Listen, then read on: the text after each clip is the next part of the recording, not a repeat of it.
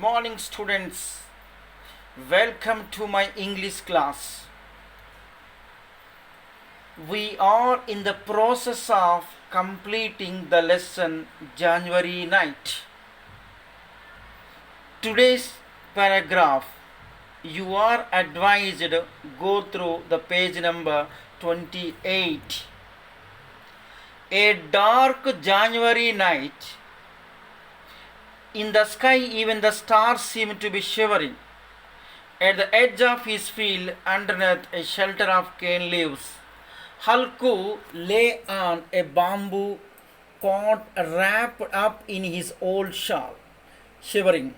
Underneath the cot, his friend Jabra, the dog, was whimpering with his muzzle pressed into his belly. Neither one of them was able to sleep.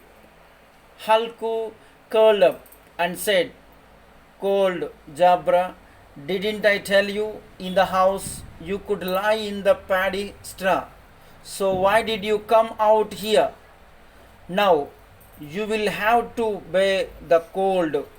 You thought I was coming out here to eat puris and sweets, and you came running on ahead of me. Now you can moan all you want." What does this mean? It means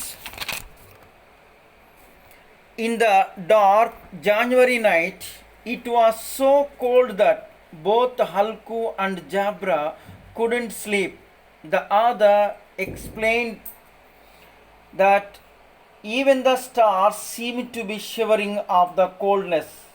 Halku covered his body with an old shawl and lay on a bamboo cot.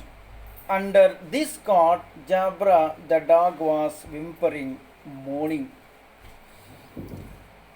Halku expressed his concern towards Jabra by saying that he could lie in the paddy straw at home and could sleep well.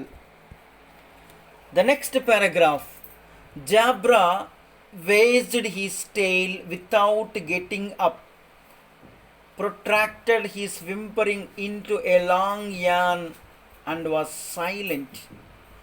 Halku reached out his hand and patted Jabra's cold back. "From tomorrow on, stop coming with me, or the cold will get you. We will get through the night somehow. This is the reward you get for farming.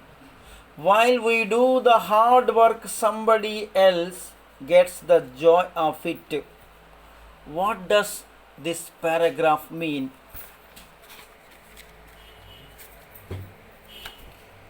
Jabra moved his tail without getting up, expressed his mourning into a long yawn, and was silent. Halku advised him not to come with him hereafter. He patted Jabra gently and said that they could get through that night. Halku said to Jabra that it was very common to him facing problems in cold nights every year, working hard somebody else's land, and had no benefits to him.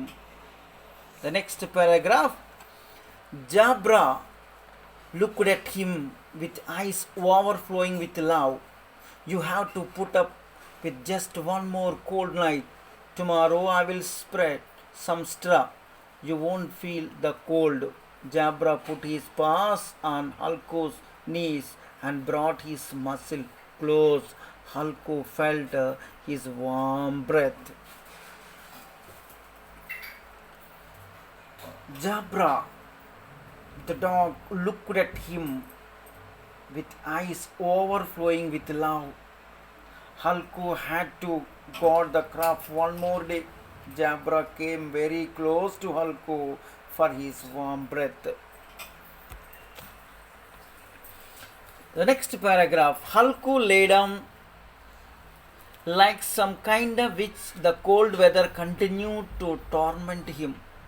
When he could no longer bear it, He gently picked Jabra up and got him to fall asleep in his lap. The dog's body gave off some kind of sting, but Halko, hugging him tight, experienced a happiness he hadn't felt for months.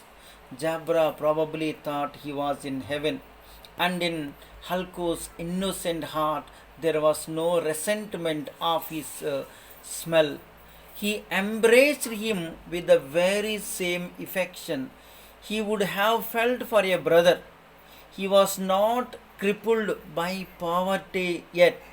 Rather, it was as though this singular friendship had opened all the doors to his heart and brilliantly illuminated every atom of it.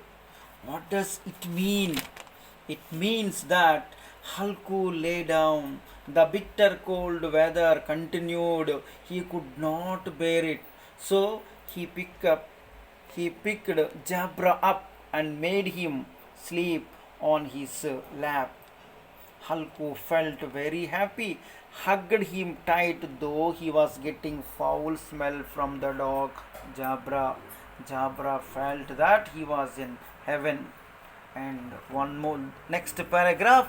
Suddenly, Jabra picked up the noise of some animal. Springing up, he ran out of the shelter and began to bark.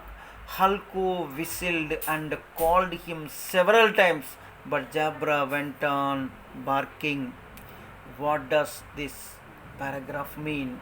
This paragraph explains that suddenly Jabra heard the noise of some animals in the field.